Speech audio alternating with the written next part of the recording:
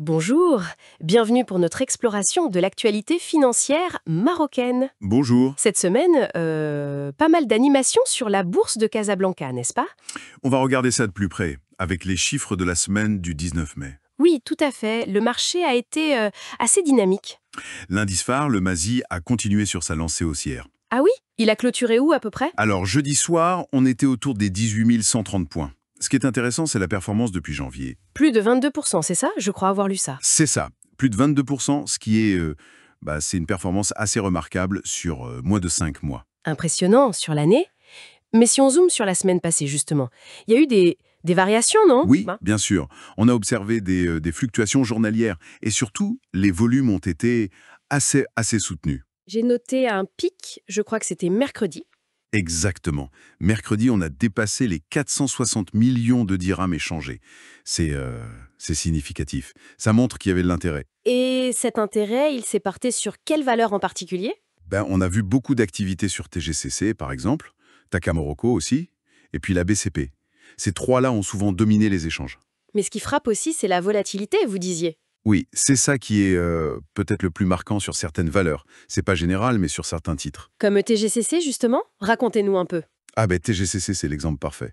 Lundi, l'action grimpe de plus de 6%. Ok. Et mercredi, elle dévisse de plus de 8%. Donc, un vrai yo-yo. Ça peut traduire une certaine nervosité ou des réactions fortes à des infos ponctuelles. Et à l'inverse, une valeur qui a bien performé? Stroke Industrie, là c'est l'opposé.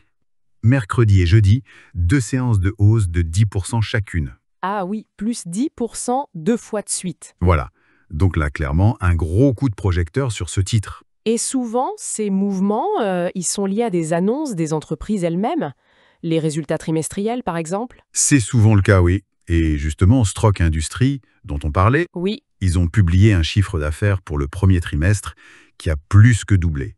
Donc ça explique sans doute l'engouement. d'accord, ça se tient. Et il y a eu d'autres bons résultats. Oui, plusieurs.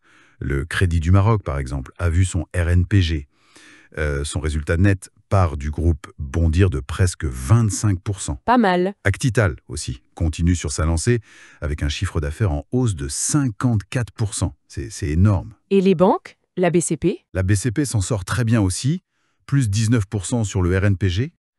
Taka Morocco affiche aussi une petite progression de son résultat net, donc globalement des chiffres plutôt encourageants pour ce début d'année 2025. Bon, au-delà des chiffres trimestriels, il y a eu une annonce qui semble majeure.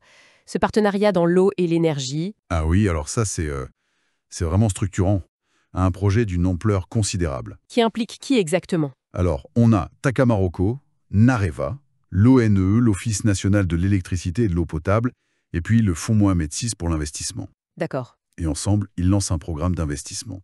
Tenez-vous bien, de près de 130 milliards de dirhams d'ici 2030. 130 milliards? Ouais. C'est gigantesque. Pour faire quoi? Principalement trois choses.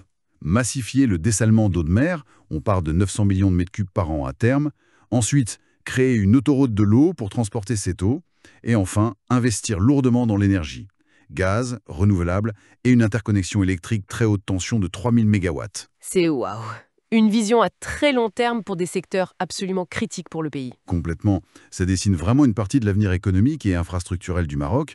Et à côté de ce projet phare, il y a d'autres opérations financières qui animent le marché, des choses plus classiques. Oui, la vie des entreprises cotées suit son cours. On a noté, par exemple, que TGCC, encore eux, convoque ses actionnaires pour une potentielle augmentation de capital, assez grosse d'ailleurs, jusqu'à 2,5 milliards. Ah oui, d'accord. Et puis, des émissions d'obligations, on parle de Crédit du Maroc, de Résidence d'Arsaada, RDS, de La Belle Vie aussi, pour 1,5 milliard. Donc on cherche des financements. Voilà.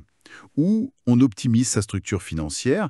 Bank of Africa, elle prévoit une augmentation de capital, mais par attribution d'actions gratuites. C'est différent. Et les dividendes? C'est la saison, non? Oui, ça continue. Daricus Pattaya, par exemple, propose 140 DH par action. C'est plus que l'an dernier. C'est un bon signal, ça. Oui. Balima maintient son dividende et Bank of Africa l'augmente aussi, passant de 4 à 5 DH.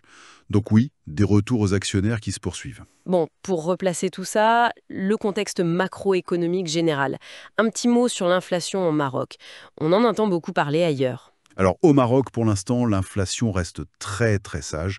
En avril, on était à 0,7% sur un an.